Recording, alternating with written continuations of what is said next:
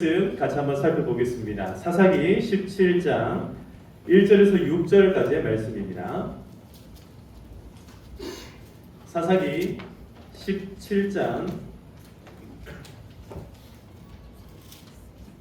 1절에서 6절까지의 말씀, 우리 한 절씩 읽고 마지막 절은 같이 읽도록 하겠습니다. 자, 1절부터 제가 먼저 읽겠습니다. 에브라임 산지에 미가라 하는 이름하는 사람이 있더니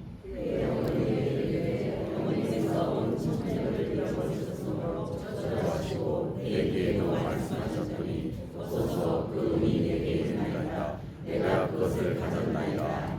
그의 어머니가 이르되 내 아들이 여호와께 복받기를 원한다 하니라. 미가가 은 1,100을 그의 어머니에게 도로 주매 그의 어머니가 이르되 내가 내 아들을 위하여 한 신상을 새기며 한 신상을 부어 만들기 위해 내 손에서 이 은을 여호와께 거룩히 드리노라.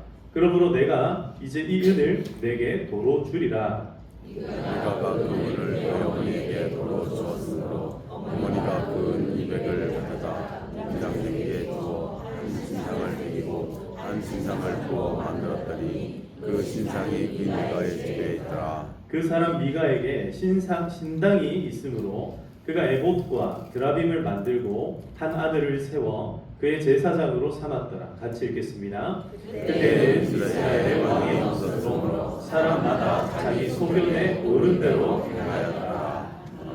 아멘. 아멘. 코로나 시대에 접어들면서 굉장히 그 시대를 혼돈의 시기, 혼란의 시기, 뭐 이런 이제 여러 가지 표현들을 하고 있는데 코로나뿐만 아니라 그 앞서 이제 포스트 모더니즘이라고 알려진 각자의 다양성과 각자의 다름을 서로 용인하고 이해를 해야 한다라는 이 사조가 이제 유행을 하게 되면서 사람들이 서로 다른 부분들을 인정하다 보니 서로 좀 다르고 서로 좀 다양하게 살아가는 걸 인정하는 것까지는 좋은데 이제 그러다 보니까 뭐가 점점 흔들리기 시작하냐면 그 사회의 근간을 이루어야 되는 질서와 법이 아예 흔들려 버리기 시작하더라라는 거죠. 그러면서 어떤 일이 많이 생겼냐면 내가 좋아서 이렇게 하는데 당신이 무슨 상관이냐라는 식의 생각들이 만연하게 되었습니다. 근데 이런 생각과 이런 가치관들이 꼭 요즘에만 있는 일이 아니라 오늘 우리가 읽었던 본문 말씀 사사기 17장에 보시면은 역시 그런 모습들이 사사기에 잘 드러나고 있다는 것을 알 수 있습니다. 이 혼돈의 시기를 저는 이렇게 세 단어로 한번 정리를 해봤습니다. 첫 번째가 즉흥적이다. 그리고 두 번째가 감각적이다. 그리고 세 번째로 약육강식의 세계다. 한마디로 말씀드려서 법과 질서라는 더 이상 우리를 보호해 줄 만한 울타리가 존재하지 않는 세대가 되어버리고 있다는 거죠. 각자의 영향력에 의하여서 각자의 힘에 의하여서 서로가 서로를 인정하기보다는 서로가 서로를 무시하는 그런 세대가 바로 혼돈의 시대다. 이렇게 말씀드릴 수 있는데요. 자, 오늘 우리가 이제 이 사사기를 계속해서 묵상을 하면서 여기까지 왔는데 오늘 사사기 무려 8번째 시간입니다. 사사기 8번째 이 시간에는 앞서 우리가 살펴봤던 7명의 사사들의 이야기와는 좀 다르게 물론 중간중간 다른 사사들까지 다 포함하면 사사기에는 총 12명의 사사가 등장을 하는데요. 이 사사들의 등장에 의하여서 계속해서 보여주었던 이스라엘 땅 가운데 혼돈과 혼란의 시대를 보여주는 모습과 또 별개의 모습으로 한 개인의 범죄와 또 한 종교인의 타락과 그리고 한 지파의 잘못된 길로 빠져나가는 그런 모습들을 오늘 우리가 살펴보면서 과연 우리는 어떤 마음을 가지고 어떻게 살아가야 될 것인가, 하나님께서 우리에게 정말 요구하시고 원하시는 모습은 어떤 것일까 한번 깊이 생각하고 묵상해보는 그런 시간이 되면 좋겠습니다. 자, 오늘 설교 제목을 한번 따라해 보겠습니다. 미가, 요나단, 단지파. 오늘 요 세 가지 이야기가 나올 겁니다. 다시 한 번 더요. 미가, 요나단, 단지파. 자, 첫 번째 이야기를 먼저 시작하겠습니다. 미가라는 사람이 있었습니다. 이 미가라는 사람은요 굉장히 돈 많은 돈 많은 사람이었던 것 같습니다. 특별히 미가의 엄마가 굉장히 돈이 많았습니다. 왜 그렇게 지금 말씀을 드리냐면 이 엄마가 돈을 잃어버립니다. 그러니까 은을 잃어버리는데 은을 무려 몇 개를 잃어버렸다고 얘기를 하냐면 1103개를 잃어버렸다 이렇게 얘기를 합니다. 이때 당시 가치로 은 한 세겔은요 보통 일꾼들이 4일 동안 일했을 때 받을 수 있는 품삯 정도를 의미합니다. 여러분 보통 요즘에 하루 일하면 얼마 정도 벌 수 있습니까? 오유 15만 원 공급 인력입니다. 네, 뭐 최저 시급이든 뭐든 해서 대충 계산하면 뭐 7, 8만 원에서 뭐 조금 저기 하면은 한 10만 원. 자, 계산하기 편하게 10만 원이라고 생각해 보겠습니다. 그러면은 은 하나당 얼마를 받는 거예요? 40만 원을 받을 수 있다라는 거예요. 그러면은 은 1103개이면 총 얼마입니까? 많죠. 네, 많습니다.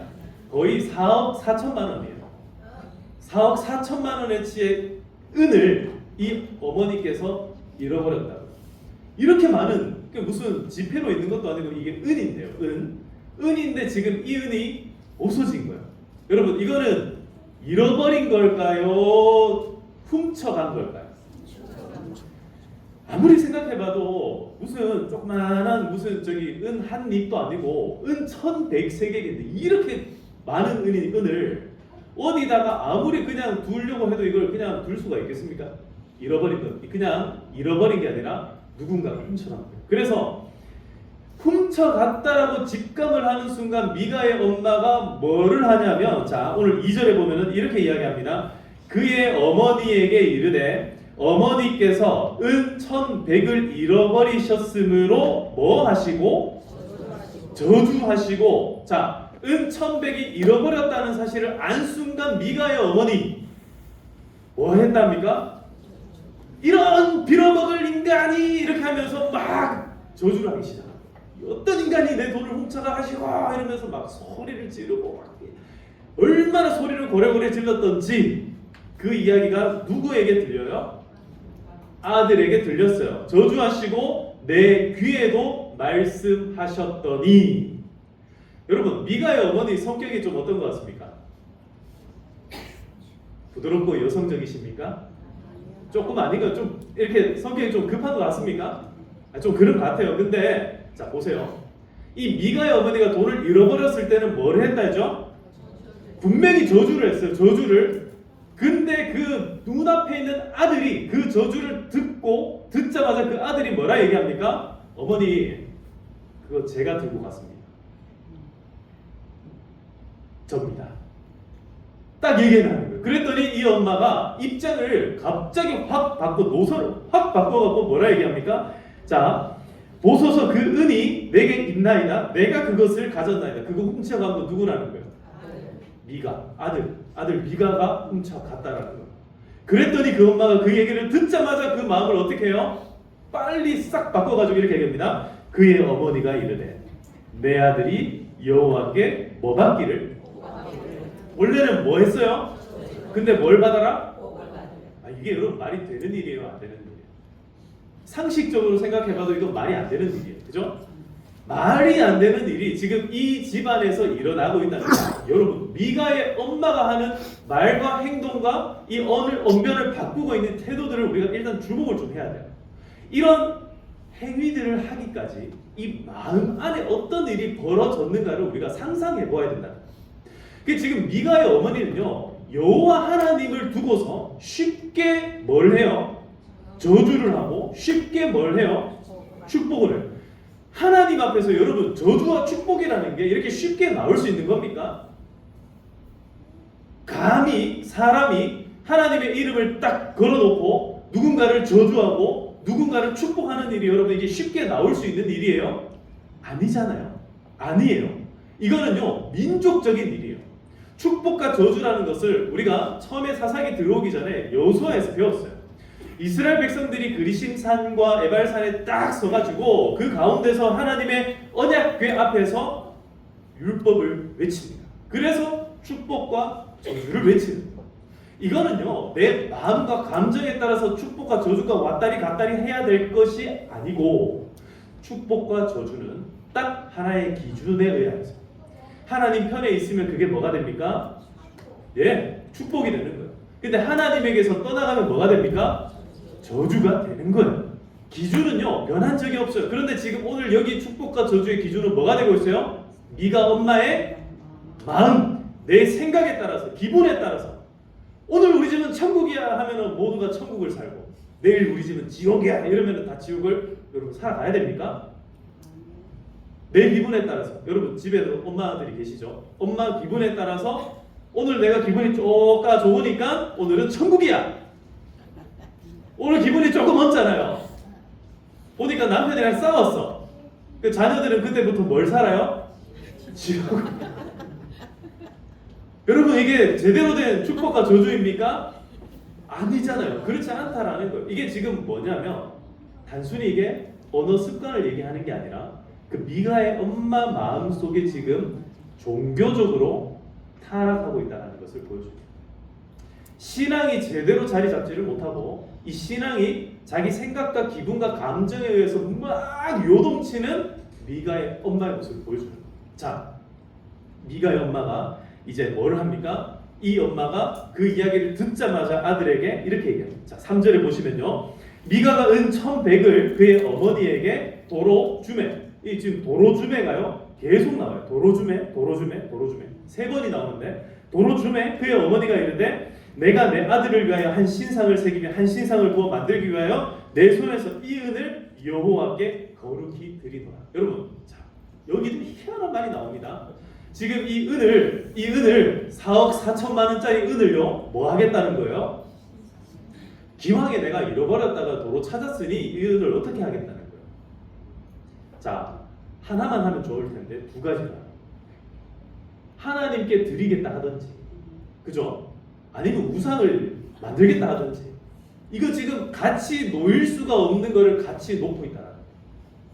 하나님께는 드려야겠는데 그냥은 못 드리겠고 이거를 뭘 만들어서? 우상을 만들어서, 신상을 만들어 가지고 하나님께 드리겠다 이렇게 하고. 그것도 누구를 위하여서? 아들을 위하여서. 자, 여러분 이게 같은 동일 선상에 설 수가 없는 일을 지금 미가의 어머니께서 지금 계속해서 하고 있다는 거예요. 자, 그랬더니 어떻게 합니까? 4절에 보시면 미가가 그 은을 그의 어머니에게 도로 주었으므로, 지금 보세요. 처음에 돈이 누구한테 있었어요? 이 은이? 아니요. 엄마가 잃어버렸잖아. 미가한테 있었어요. 근데 엄마가 뭘 했어요? 저주를 했어요. 그랬더니 미가가 내놨어요. 그랬더니 엄마가 뭐 해요? 축복을 했더니 다시 미가가 어떻게 하는 거예요? 그 미가가 엄마한테 주었던 그 돈을 엄마가 다시 어떻게 해줘요? 미가한테 도로 주는 거예요. 뭐 해라고? 신상 만들라고. 그랬더니 미가가 어떻게 또 합니까? 4절에 미가가 그 은을 다시 어머니에게 다시 또 줘요. 나는 못하겠다. 어머니 가세요. 하면서 다시 주는 거예요. 기분이 나쁜 건지 아니면 언짢은지 뭐 왜 그런지 모르겠어요. 하여튼 도로 줬어요. 그랬더니 이 엄마, 여러분 우리가 아까 전에 봤잖아요. 성격이 어떠신 분이에요? 한다면 한다. 괄괄하신 분이에요. 그러니까 자, 4절에 그의 어머니에게 도로 주었으므로 어머니가 그 은 200을 가져다가 은장생한테 바로 줘버리는 거예요.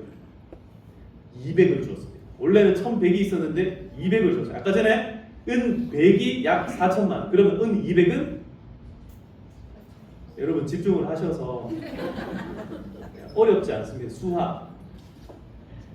은 100이 4천만 원. 그럼 은 200은 예, 잘하셨습니다. 치매 예방도 되고 괜찮습니다. 계산.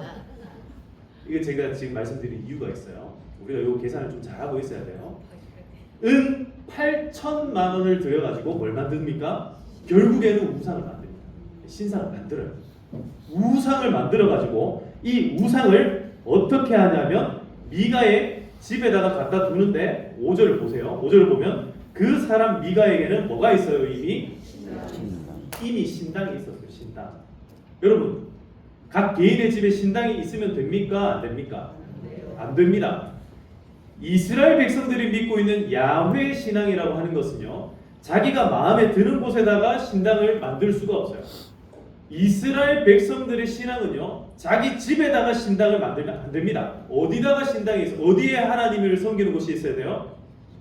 딱 정해진 성소에다가 예배를 드려야 돼요. 성소로 나와서 예배를 드려야 돼요. 이게 야훼 신앙의 핵심적인 거예요. 여러분, 예배는요, 내가 드리고 싶은 곳에서 드리는 게 아니라 예배는 내가 드려야 되는 곳에서 드려야 되는 것을 믿으시기를 축복합니다.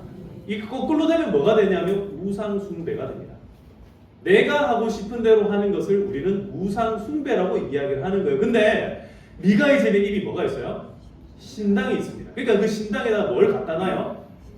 만든 그 8천만 원짜리 우상을 거기다가 딱 놔두는 거예요. 자, 뿐만 아니고 여기에 뭐를 같이 놔두냐면, 자, 5절에 보시면요, 그 사람 미가에게 신당이 있으므로 그가 에봇과 드라빔을 만들고 라고 되어 있죠. 이 에봇이라고 하는 것은 뭐냐면 제사장이 입는 옷을 에봇이라고 이야기합니다. 근데 제사장이 입는 옷, 일반적인 옷이 아니에요. 여기에 막 흉패도 달려있고 보석 같은 게 달려있어서 이 에봇을 가지고 무엇을 하냐면 이걸 가지고 하나님께 묻는 어떤 행위를, 그러니까 종교적인 행위를 할 때 사용하는 것이 에봇이라고 하는 거예요. 누가 사용한다고요? 제사장이 사용하는 거예요. 제사장. 근데 지금 어디에 이걸 놔둬요?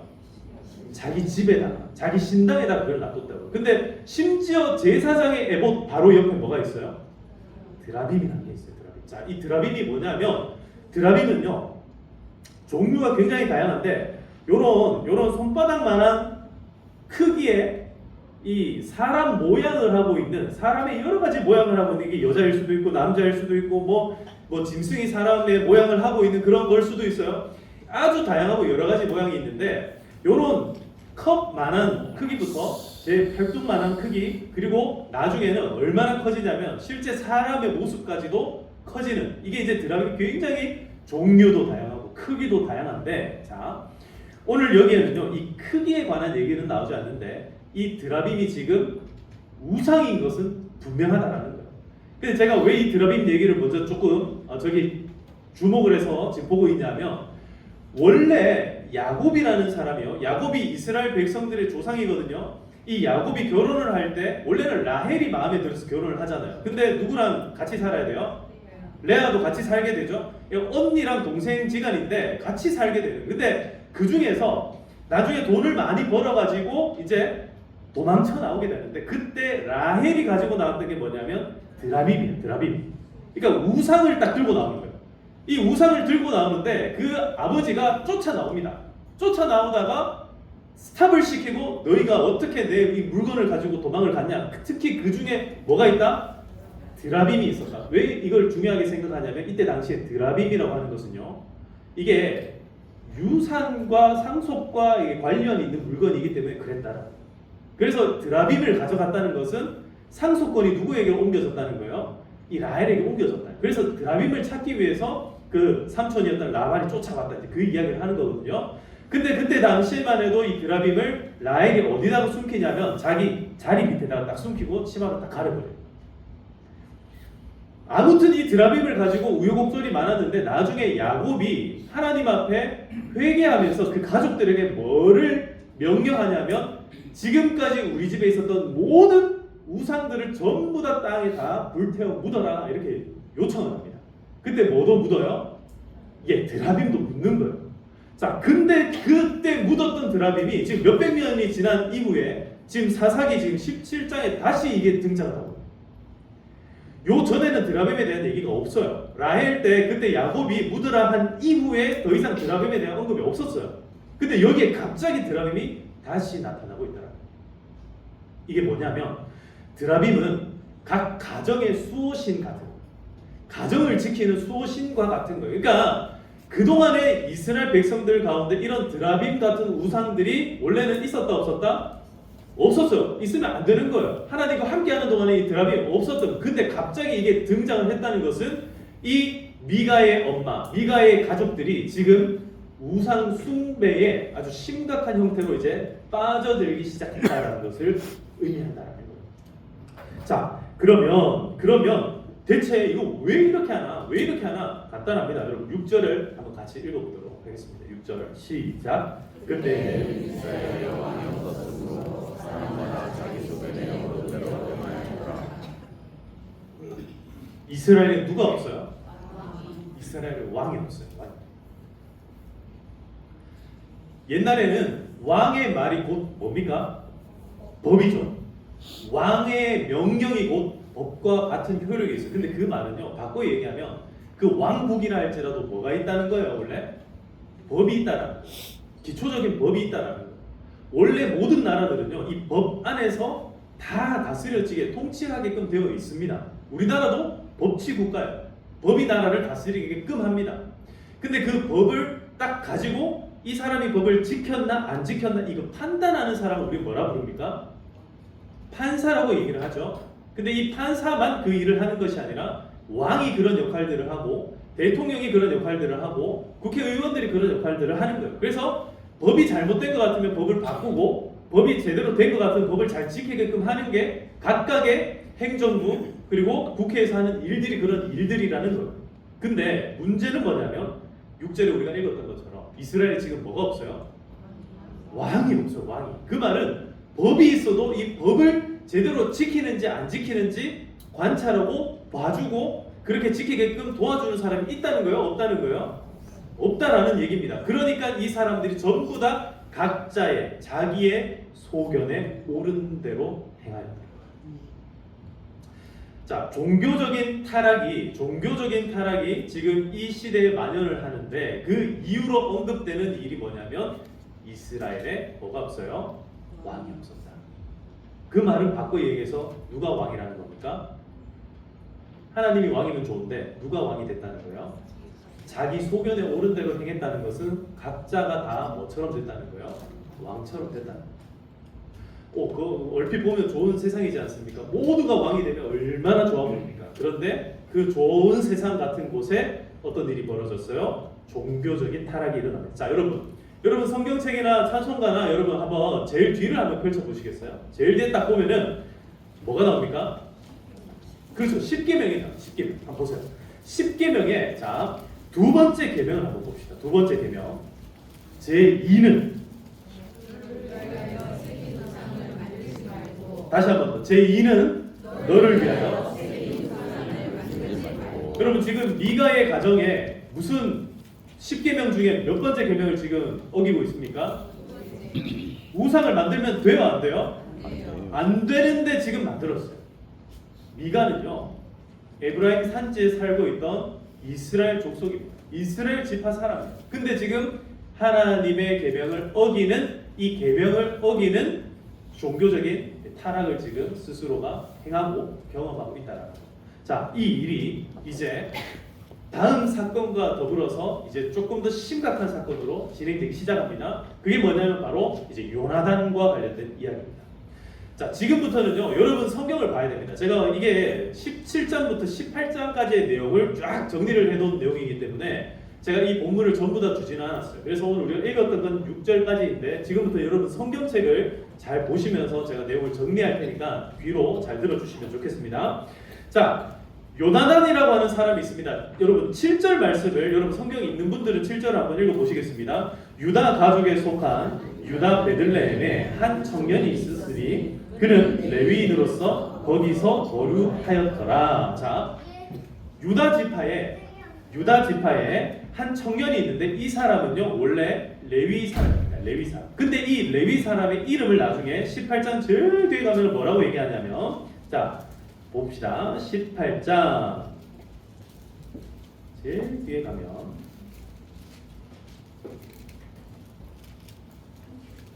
어디 있죠? 18장 30절.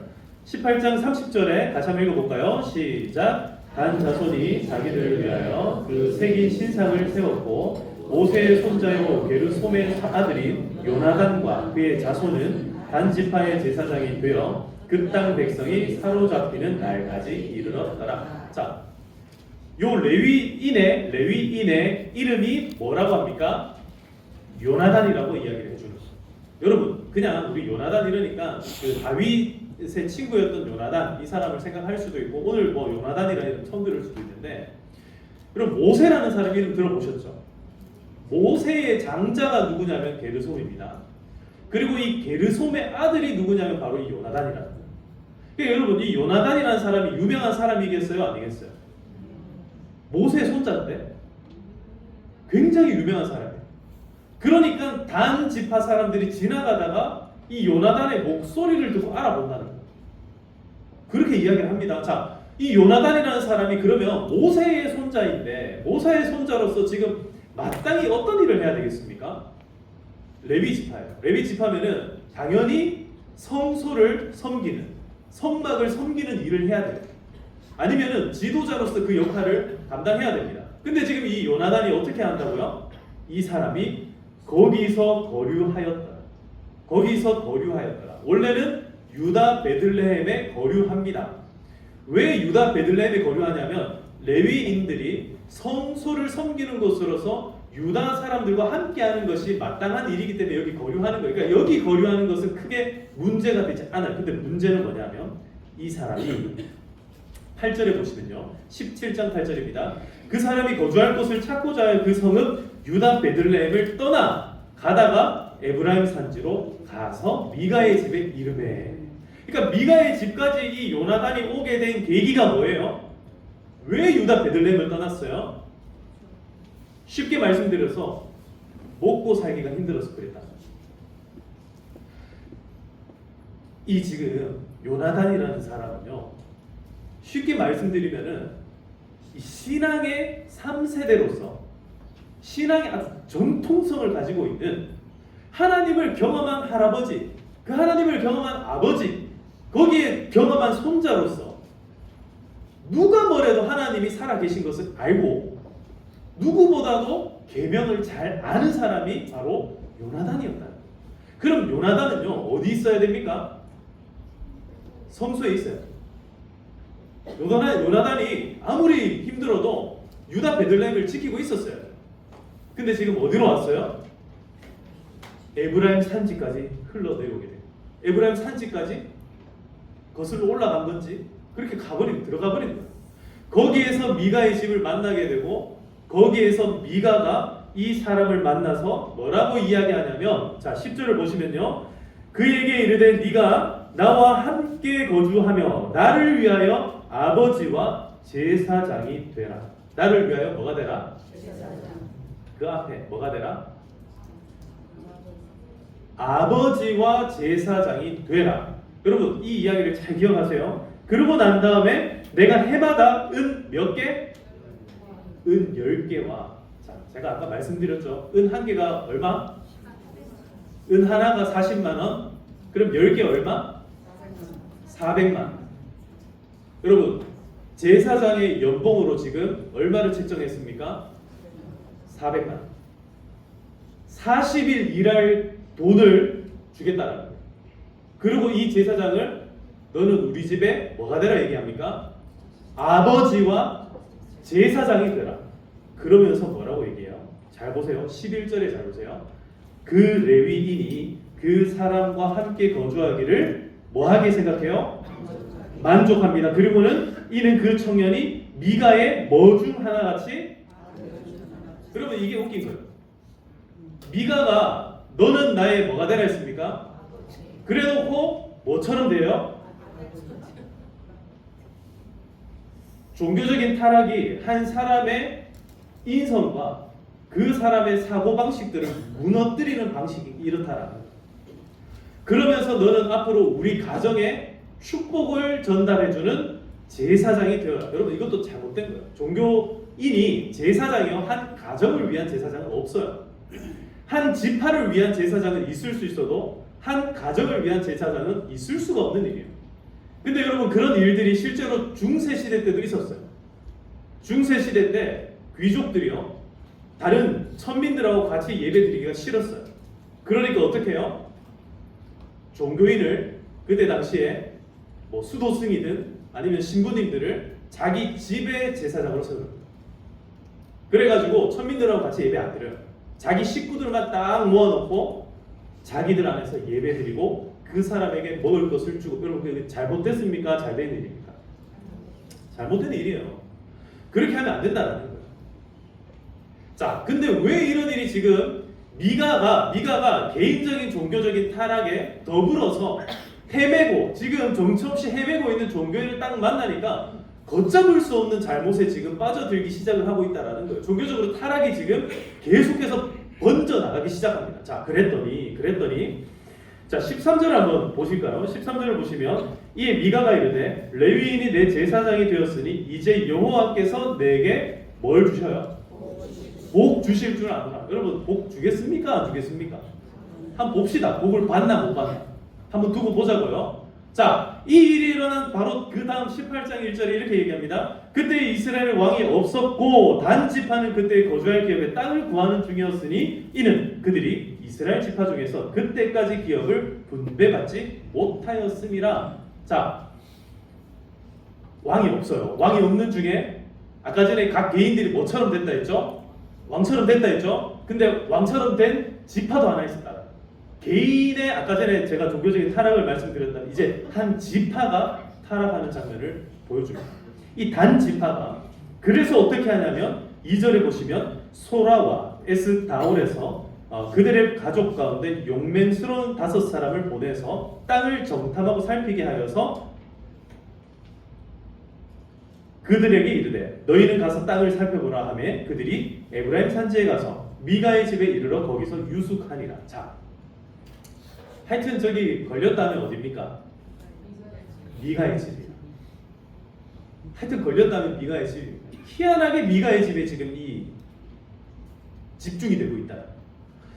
그때에 이스라엘 왕이 없으므로 제 소견대로 행하는데 미가도 자기 마음대로 하고 이 요나단이라는 사람도 자기 마음대로 하고 심지어 이 단 지파에 있는 사람들도 자기 마음대로 해요. 이 사람들이 분배받지 못한 게 아니라 분배받은 땅을 만족하지 못한 거예요. 원래 이 소라와 에스다올이라는 곳에서 이 사람들이 싸워야 되는 대상이 있어요. 여러분 우리가 지난주까지 누구랑 우리 살펴봤죠? 누구 살펴봤습니까? 삼촌 아니고 삼손. 우리가 삼손을 살펴봤어요. 여러분 삼손이 누구랑 계속 싸웠어요? 그렇죠. 블레셋 사람. 블레셋에는 크게 5방백이 있었다고 했습니다. 5방백. 이 5방백, 5개의 소도시들이 모여가지고 연맹해가지고 지금 누구랑 계속 싸웠어요? 삼손이랑 싸웠어요. 삼손이 무슨 지파입니까? 여러분들이 모를 것 같은 내가 얘기를 안 했는데 우리가 오늘 설교 제목에 무슨 지파가 나왔어요? 그렇죠. 삼손이 무슨 지파? 그렇죠. 단지파예요. 삼손이 여러분 성령 충만해가지고 여기저기 뛰어노는 곳이 어디였냐면 소라와 에스다올이었어요. 삼손이 블레셋이랑 죽으라 싸웠어요. 근데 여러분 그거 기억나세요? 삼손이 팔려갈 때 이 들릴라에게 방백들이 주겠노라 했던 돈이 얼마였습니까? 1,100이었어요. 여러분 미가의 엄마가 잃어버린 돈 1,100. 왜 이게 연결이 되고 있습니까? 이 종교적인 타락이 지금 이렇게 연결이 되는 거예요. 단 지파가 그냥 지금 여기를 떠나가는 게 아니라 블레셋이랑 싸워봐야 삼손이 이기고 이렇게 해도 이 지금 단 지파는 여기 블레셋 감당이 안 되는 거예요. 그러니까 하나님 앞에 처음 받았던 이 자기 사명이 감당이 안 되니까 결국에는 떠나가야겠다라고 결심을 하고 그러고 첫 번째 머물렀던 장소가 미가의 집이었다라고 얘기합니다. 근데 미가의 집에 갔더니 누가 있어요? 요나단이 있는 거예요. 이 요나단이 어떤 사람인지 단 지파가 알아봅니다. 누군지를 알았어요. 그래가지고 어떻게 합니까? 우리한테 좀 얘기 좀 해달라. 우리 어디로 가면 좋을까? 어떻게 하면 좋을까? 얘기 좀 해달라. 이렇게 이야기를 했더니 요나단이 뭐라고 얘기합니까? 자, 보세요.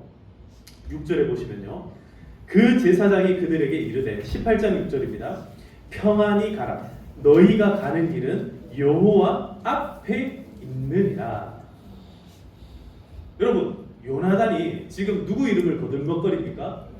하나님의 이름을 망령되이 지금 거들먹거립니다. 하나님의 이름으로 요나단이 묻지도 않았습니다. 기도하지도 않았어요. 에봇을 가지고 원래 기도를 해야 되는데 그런 행위를 하지 않아요. 그냥 묻자마자 바로 이야기를 합니다. 너희가 여호와 앞에 있느니라. 그러니까 단지파 마음속에 뭐가 생겨요? 용기가 생깁니다. 용기가 생겨가지고 뭘 하냐면 나중에 뒤에 보시면은 평온하게 살아가는 한 마을을 학살하고 멸절시켜가지고 거기에 단지파가 들어가 버리는 거예요. 근데 거기 들어갈 때 이제 제가 시간이 많이 돼서 말씀을 조금 빨리 요약을 하겠습니다. 거기 들어갈 때 누구를 데려가요? 미가의 집에 뭐가 있었습니까? 세 가지가 있습니다. 첫 번째, 미가의 집에는요 드라빔이 있었어요. 신상 드라빔이 있었어요. 두 번째로 이 미가의 집에 뭐가 있었어요? 에봇이 있었어요. 에봇. 그리고 세 번째로 여기에 뭐가 있었습니까? 요나단이 있었어요. 요거 세 개를 포함한 그 집의 모든 재산과 어린아이들을 다 훔쳐가지고 나옵니다. 근데 그렇게 나오다가 누구한테 딱 걸리냐면 미가에게 걸립니다. 미가가 에브라임 사람들을 모아가지고 단 지파에 딱 섭니다. 너희가 지금 뭐 하는 거냐? 그랬더니 단 지파가 뭐라 그러냐면 이렇게 얘기를 하는 거죠. 단 자손이 그에게 이르되 내 목소리를 우리에게 들리게 하지 말라. 노한 자들이 너희를 쳐서 내 생명과 내 가족의 생명을 잃게 할까 하노라. 여러분 이게 뭐예요? 우리 이런 사람을 뭐라고 부릅니까? 배신자 정도가 아니라 이런 사람 우리는 강도라고 부릅니다. 강도. 눈앞에서 내 물건을 지금 훔쳐가고 있다. 우리 집에 있는 어린아이들을 데리고 가요. 이거 뭐예요? 강도예요. 인신매매가 내 눈앞에서 이루어지고 있는 거예요. 신상도 빼앗기고 에봇도 빼앗기고 심지어 제사장도 빼앗기고 빈털터리가 되어버려요. 자 여러분 아까 전에 미가가 외쳤던데 이에 미가가 레위 이르되 레위인이 내 제사장이 되었으니 이제 여호와께서 내게 뭐 주실 줄 아노라? 다시 묻겠습니다. 미가의 집이 여러분 복 받았습니까? 저주를 받았습니까? 자 여러분 이제 말씀을 제가 정리하도록 하겠습니다. 저는 오늘 처음에는 이 미가와 관련된 말씀을 드렸고 두 번째는 요나단 그리고 세 번째로는 단 지파에 관한 이야기를 드렸어요. 간단하게 말씀드렸지만 나중에 여러분 집에 가서 한번 꼼꼼하게 다시 한번 살펴보십시오. 얼마나 구석구석 말도 안 되는 일들이 계속 일어나는지. 이 사람들은요 각각 미가는요 제1계명과 2계명을 어겼습니다. 우상을 만들지 말라 그랬는데 우상을 만들어요. 이거는요 하나님 이외에 다른 신을 섬기는 것과 똑같은 거예요. 그리고 요나단은요 3계명을 어깁니다. 여호와의 이름을 망령되이 일컫지 말라라고 얘기했는데 하나님의 이름을 가지고 지 멋대로 망령되이 일컫습니다. 자기 마음대로 축복합니다. 하나님께서 복 주시는 것도 아닌데. 그리고 오늘 단지파는 8계명과 10계명을 어깁니다. 10계명은 남의 것을 탐하지 말라는 것이고 8계명은 그것을 훔치지 말라는 거예요. 근데 탐할 뿐만 아니라 어떻게 했어요? 훔칩니다. 이렇게 계명의 아주 중요한 처음과 끝부분들을 완전히 다 어겨버리는 모습들이 오늘 본문에 등장합니다. 왜 그렇게 되었습니까? 여기에서의 출발점이 어딘가? 이 시작점이 무엇이었나? 이것은요 종교적인 타락이 있습니다. 다시 말씀드려서 우리 신앙이 흔들리기 시작하면 삶이 흔들리고 우리의 삶의 근간을 이루는 것이 믿음과 신앙이어야 되는데 그것이 아니라 다른 것이 우리 마음속에 자리 잡기 시작하면 돈이 우리 마음에 자리 잡고 물질이 자리 잡고 사람과의 관계가 자리 잡고 권세와 권력이 우리 마음에 자리 잡기 시작하면 우리의 삶에 뭐가 흔들려요? 신앙이 흔들리고 믿음이 흔들릴 뿐만 아니라 결국에는 그게 우리의 인생 전체를 흔들어 버린다라는 거예요. 사랑하는 성도 여러분, 그럼 우리는 어떻게 살아가야겠습니까? 먼저는 개인적인 신앙의 회복이 필요합니다. 여러분 오늘 신앙을 회복하시기를 축복합니다. 여호와 신앙으로 다시 회복하시기를 축복합니다. 내 기분에 따라서 결정하지 마시고 내 생각에 따라서 결정하지 마시고 하나님의 말씀으로 결정하고 하나님의 말씀 안에서 살아가시기를 주님의 이름으로 축복합니다. 종교인은 어떻게 해야 합니까? 각성해야 됩니다. 새롭게 마음을 새롭게 해야 돼요. 돈 따라가는 것이 아니라 그 마음을 하나님 앞에 드리고 하나님께서 요구하시는 사명을 따라가야 된다는 거예요. 오늘 여기에 직분받은 분들이 있습니다. 직분자들은요 어떤 마음가짐으로 살아가야 되냐면 교회가 돈을 따라가지 않도록 여러분 진짜 집중하셔야 돼요. 아주 순식간에 교회는요 돈 따라갑니다. 돈에 맞춰서 일을 합니다. 그러나 교회는요 뭐에 따라 일을 해야 됩니까? 하나님의 말씀에 따라서 우리는 사역을 감당해야 될 줄 믿습니다. 사명을 붙들고 살아가야 된다는 거예요. 이게 바로 영적인 각성이 바로 일어날 때에 가능한 일이라는 겁니다. 마지막으로 한 민족이 살아나야 되는 방법이 있어요. 여러분, 단지파는요, 결국엔 잘못된 제사장과 잘못된 신상과 이런 걸 가지고 단지파가 제일 이스라엘 꼭대기로 올라가거든요. 우리나라로 따지면 압록강 백두산까지 올라간 거예요. 근데 그 단지파가 거기에서 뭘 하느냐면, 이 지파는요, 나중에 분열 왕국이 되었을 때 여로보암이 베델과 단에다가 우상을 숭배하도록 만들어버려요. 그러니까 이 우상 숭배의 어떤 흐름들이 끊어지지 않고 한 지파를, 나중에 되면 단지파는 마지막에 요한계시록을 보면 단지파는 사라집니다. 단지파의 이름이 지워져 버립니다. 이 정도로 무서운 게 바로 우상 숭배다. 사랑하는 성도들, 우리가 우리 나라를 위해서 기도해야 될 줄 믿습니다. 지금 한국이요, 엄청나게 경제적으로 발전하고 사람들 각각 잘 살아요. 근데 우리나라가 잊지 말아야 될 것이, 이렇게 잘 살게 된 모든 원인이 어디 있는가? 이 근간이 어디 있는가? 하나님을 섬기게 되고, 하나님을 예배하게 되고, 하나님을 그 삶의 중심으로 둘 때에 우리나라가 부흥하고 성장할 수 있었다라는 거예요. 그런 사람들이 빛처럼 반짝반짝 빛이 났기 때문에 수많은 사람들이 그 빛을 바라보고 교회로 나올 수 있었고 예수님을 믿을 수 있었다라는 겁니다. 사랑하는 성도 여러분, 오늘도 하나님 우리에게 동일한 것을 요구하십니다. 여러분, 마음 가운데에 신앙에 흔들림이 있으십니까? 아니, 난 신앙적으로 잘 모르겠습니까? 그러면 하나님을 꼭 붙드시기를 축복합니다. 아멘. 말씀으로 살아가시기를 축복합니다. 아멘. 말씀 앞에서, 말씀 안에서 우리의 삶을 되돌아보고 그렇게 살아갈 때 하나님께서 여러분들의 삶을 복된 삶으로 이끄실 줄 믿습니다. 아멘. 우리 같이 한번 찬양합시다. 말씀 앞에서 경외함으로 주께 홀로 섭니다. 생명의 말씀 읽고 순종의 주를 예배합니다. 우리 말씀을 생각하시면서 이 찬양 한번 불러보겠습니다.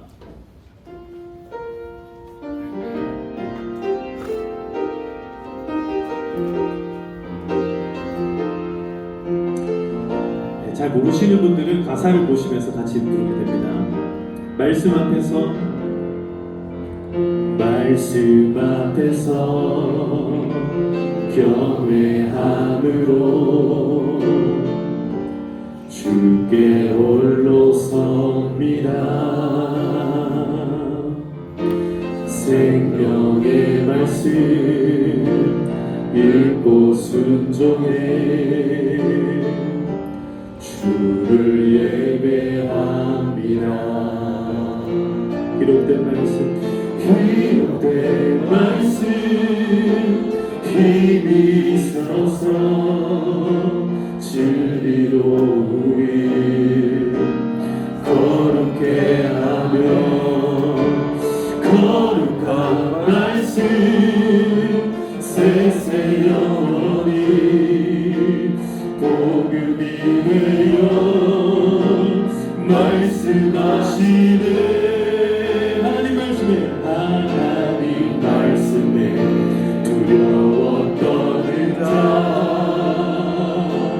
그 말씀에 생명을 거는 자, 한 사람 찾으시니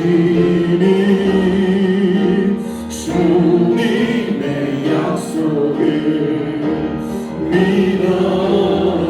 하나님 말씀에, 하나님 말씀에 운명을 거는 자, 순종하며 주 따라가는 자, 영원한 하나님 나라 일어날 주의 교회여 일어나라. 다시 한번 따라갑니다. 말씀 앞에서 경외함으로 주께 홀로 섭니다. 주께 홀로 섭니다. 생명의 말씀 읽고 순종해 주를 예배합니다. 기록된 말씀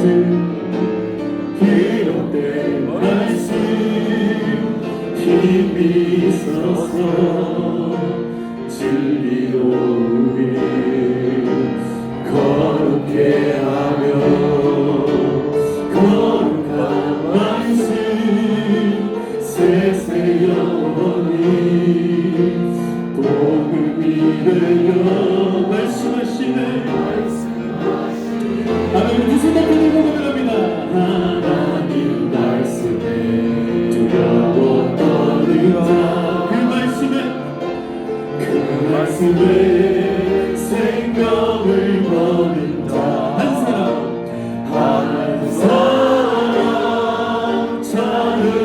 지키는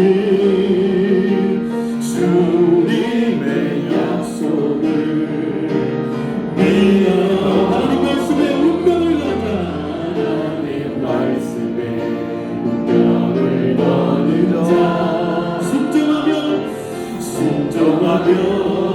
주로 따라가는 자 영원한 하나님 나라 일어날 주의 교회여 일어나라. 네. 우리 시간에 함께 기도할 때에 오늘 하나님께서는 말씀을 가벼이 여기고 말씀이 아니라 자기 생각대로 따르는 사람들을 하나님께서는 주목하시는 것이 아니라 사소한 것이라 할지라도 정말 순수한 마음으로 진정한 마음으로 하나님의 그 말씀이 반드시 내 삶 가운데 이루어지리라 믿는 사람들을 주목하시는 줄 믿습니다. 사랑하는 성도는 우리 시간 함께 기도할 때에 주여 내가 말씀을 많이 아는 것은 아니지만 내가 붙들고 나아갈 말씀이 오늘 여기 있기에 기록된 이 말씀 붙잡고 이 세상 살아가는 동안에 여호와 하나님 외에 다른 어떤 신들도 우리가 섬기지 않게 하여 주시옵소서. 오늘 우리 마음속에 있었던 모든 우상들을 다 내가 몰고 오직 여호와 하나님만을 믿고 하나님만을 따르는 자들이 되게 하여 주시옵소서. 앞으로 하나님의 이 이름을 망령되이 일컫는 것이 아니라 말씀 안에서 하나님의 은혜와 복을 갈망하고 기뻐하는 인생들이 되게 하여 주시옵소서. 남의 것들을 탐내거나 훔쳐가는 인생이 아니라 하나님께서 주심에 감사하고 기뻐하고 나누어 주기를 기뻐하는 우리의 삶이 되게 하여 주시옵소서. 우리 교회가 그런 교회가 되게 하여 주시옵소서. 오늘 주님의 말씀, 그 은혜의 말씀들을 붙잡고 우리 주여 함께 외치며 기도하도록 하시겠습니다. 주여 아버지 하나님 감사합니다. 오늘 이 시간 우리를 붙들어 주시고 인도하여 주셔서 예배의 자리로 나오게 하여 주심을 감사합니다. 하나님 우리의 생각과 우리의 뜻과 내 마음을 쫓아서 살아가는 세월들이 많습니다. 그러나 이제는 하나님의 뜻을 쫓아 살게 하여 주시옵소서. 하나님의 말씀을 붙들고 살게 하여 주시옵소서. 하나님의 뜻이 아닌 곳에 내 마음을 두지 않게 하시고 하나님께서 사랑을 하셔서오니 하나님 우리가 사랑하며 살아갈 수 있도록 인도하여 주시옵소서. 내 마음에 들거나 내 마음에 들지 않는다고 하여서 남을 쉽게 축복하거나 쉽게 저주하는 것이 아니라 하나님 정말 주님 앞에서 언제나 겸손하게 하나님 고개를 숙이고 하나님 앞에 기도하고 엎드리는 인생들 되게 하여 주시옵소서. 타락한 인생들이 많습니다. 타락한 종교인들이 많습니다. 하나님 목회자들을 하나님 불쌍히 여겨 주시옵소서. 하나님 지금도 그런 하나님의 말씀을 붙잡고 한 말씀이라도 하나님 그 말씀에서 벗어나지 않기 위해서 지금도 눈물을 흘리고 지금도 애쓰고 지금도 간절히 부르짖는 하나님 그런 목회자들 하나님께서 주목하시고 그들을 통하여서 다시금 회복과 은혜의 역사가 일어나게 하실 줄 믿사오니 주여 은혜를 다하여 주시옵소서. 그런 교회들 작고 연약한 교회랄지라도 그런 교회들을 통하여서 하나님 역사하실 줄 믿사오니 하나님 오늘도 은혜로 우리와 함께하여 주시옵소서. 그런 우리 성도님들 아버지 하나님 그 삶들을 위로하시고 복되게 하셔서 그 집에 돈이 수천의 돈이 없다 할지라도 하나님의 말씀이 있기에 하나님 안에서 감사하고 하나님의 은혜를 기뻐하는 인생들이 되게 하여 주시옵소서. 오늘 우리의 삶이 회복되기를 소망합니다. 오늘 우리의 삶이 하나님의 말씀으로 회복되기를 소망합니다. 주여 은혜로 아버지 우리를 채워 주시옵소서. 오늘 하나님 앞에 나오는 모든 성도님들의 마음이 하나님의 은혜로 다시금 새로워지는 그런 은혜가 있는 시간 되게 하여 주시옵소서.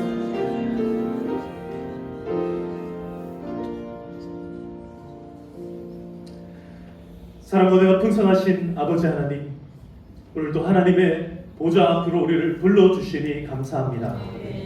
우리를 교회로 불러주시고 교회의 머리 되신 예수 그리스도를 바라보게 하심도 감사드립니다.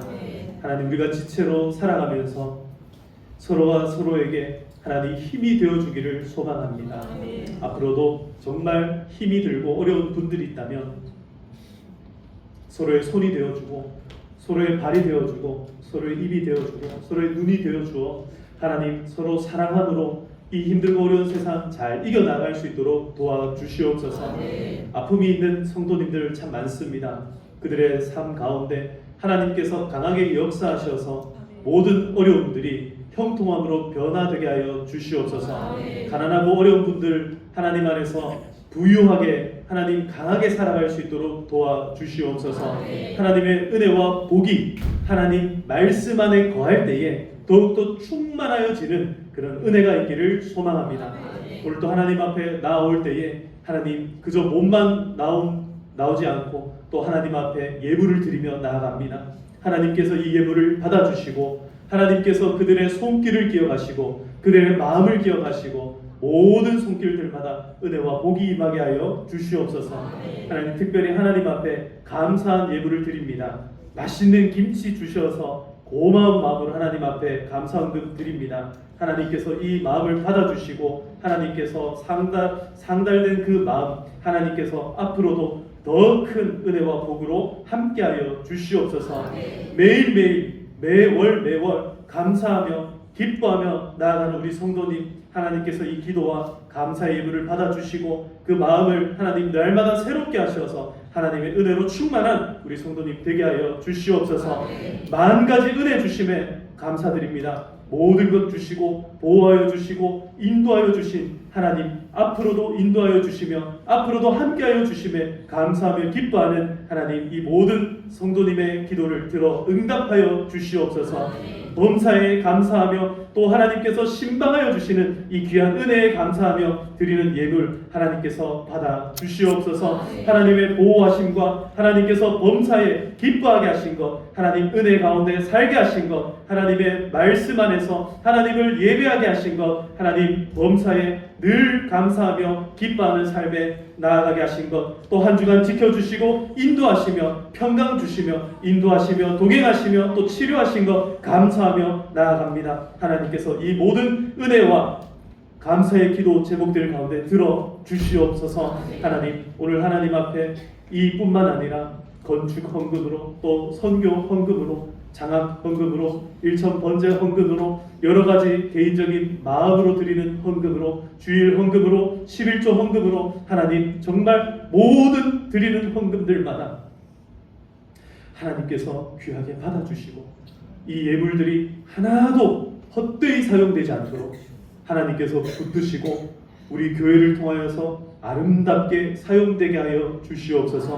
하나님의 나라가 확장되어져 가며 하나님의 백성들이 기뻐하며 또 수많은 사람들이 하나님의 나라에 더 많이 돌아올 수 있는 그런 일들 가운데 잘 사용되게 하여 주시옵소서. 뿐만 아니라 하나님 앞에 드릴 것이 없어서 몸으로 나온 우리 성도님들 있습니다.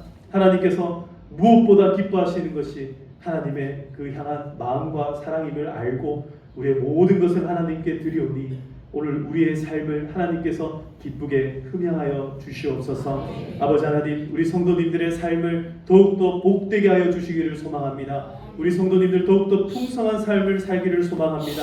부요한 인생들 되기를 소망합니다. 기름진 인생들이 되기를 소망합니다.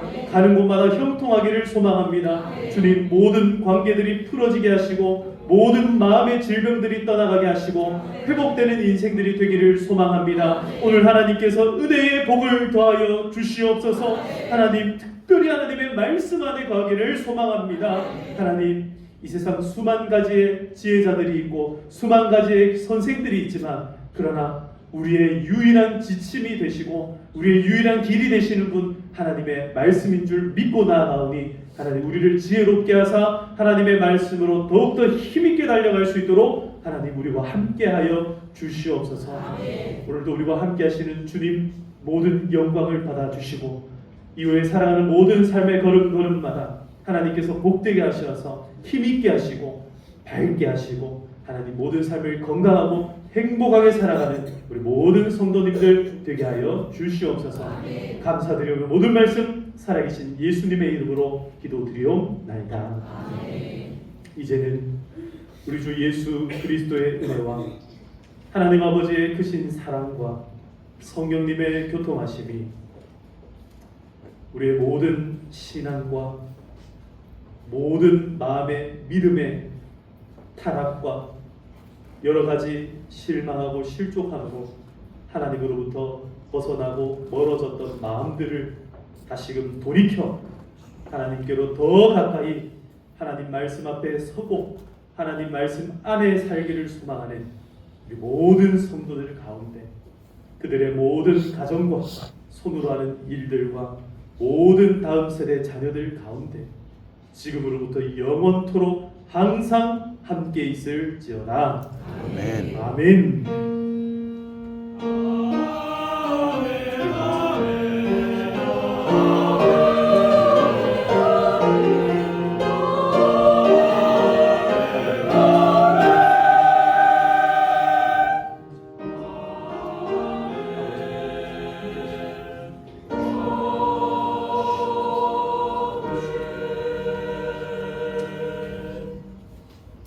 할렐루야. 우리 하나님께 영광의 박수 올려드리겠습니다.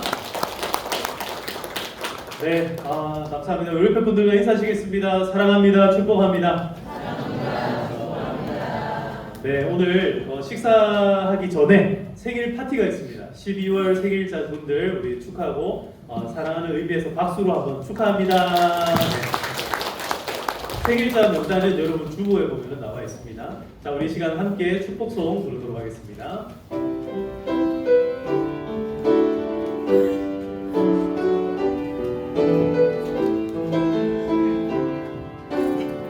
하나님은 너를 사랑해. 하나님은 너를 사랑해. 얼마나 너를 사랑하시는지. 너를 위해서 별을 만들고 세상을 만들고 아들을 보냈네. 오래전부터 널 위해 준비된 하나님의 그 신사랑 너의 가는 길 주의 사랑 가득하기를 축복해. 오래전부터 널 위해 준비된 하나님의 그 신사